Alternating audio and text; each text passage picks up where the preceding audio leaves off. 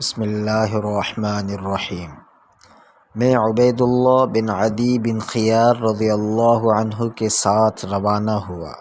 جب حمص پہنچے تو مجھ سے عبید اللہ رضی اللہ عنہ نے کہا، آپ کو وحشی ابن حرب حبشی جس نے غزوہ احد میں حمزہ رضی اللہ عنہ کو قتل کیا اور ہندہ زوجہ ابو سفیان نے ان کی لاش کا مثلا کیا تھا سے تعارف ہے؟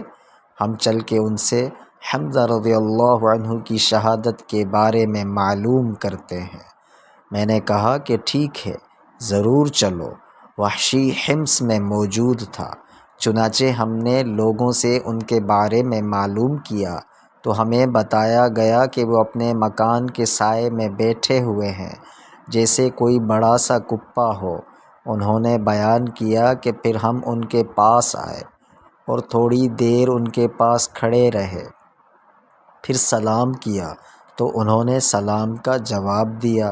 بیان کیا کہ عبید اللہ نے اپنے عمامہ کو جسم پر اس طرح لپیٹ رکھا تھا کہ وحشی صرف ان کی آنکھیں اور پاؤں دیکھ سکتے تھے۔ عبید اللہ نے پوچھا، اے وحشی، کیا تم نے مجھے پہچانا؟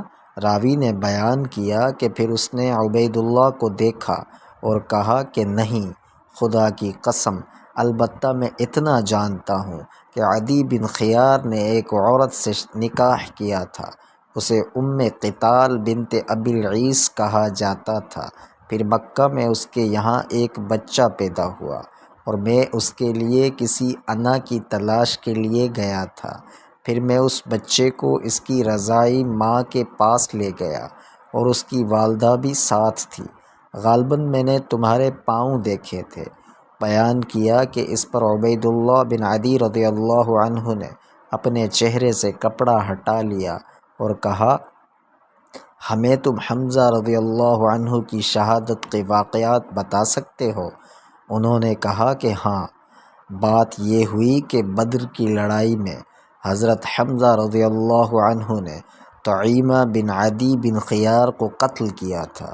میرے آقا جبیر بن مطعم نے مجھ سے کہا کہ اگر تم نے حمزہ رضی اللہ عنہ کو میرے چچا طعیمہ کے بدلے میں قتل کر دیا تو تم آزاد ہو جاؤ گے۔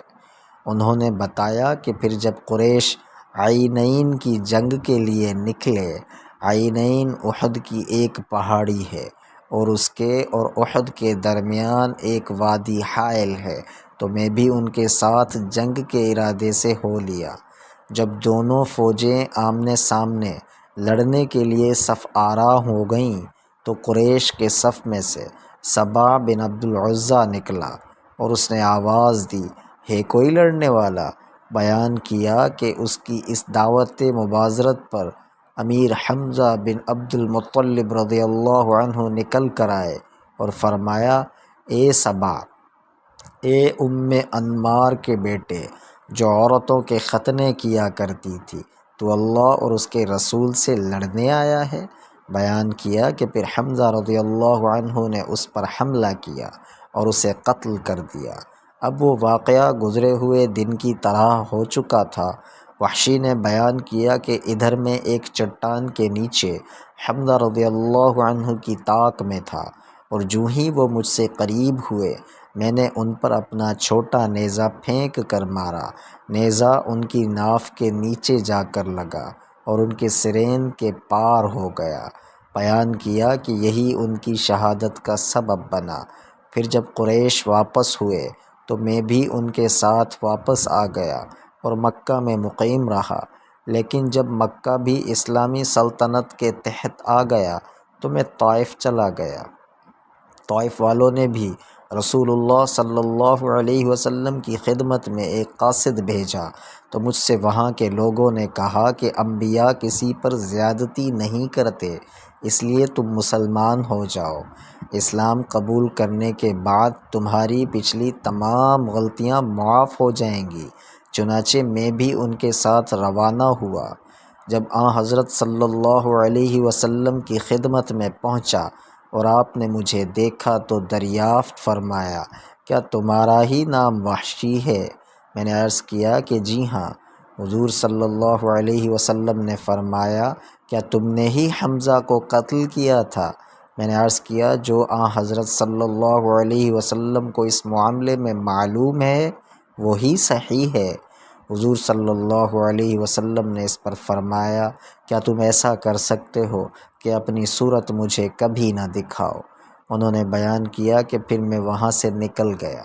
پھر حضور صلی اللہ علیہ وسلم کی جب وفات ہوئی تو مسیلمہ کذاب نے خروج کیا۔ اب میں نے سوچا کہ مجھے مسیلمہ کذاب کے خلاف جنگ میں ضرور شرکت کرنی چاہیے، ممکن ہے میں اسے قتل کر دوں اور اس طرح حضرت حمزہ رضی اللہ عنہ کے قتل کا بدل ہو سکے۔ انہوں نے بیان کیا کہ پھر میں بھی اس کے خلاف جنگ کے لیے مسلمانوں کے ساتھ نکلا۔ اس سے جنگ کے واقعات سب کو معلوم ہیں۔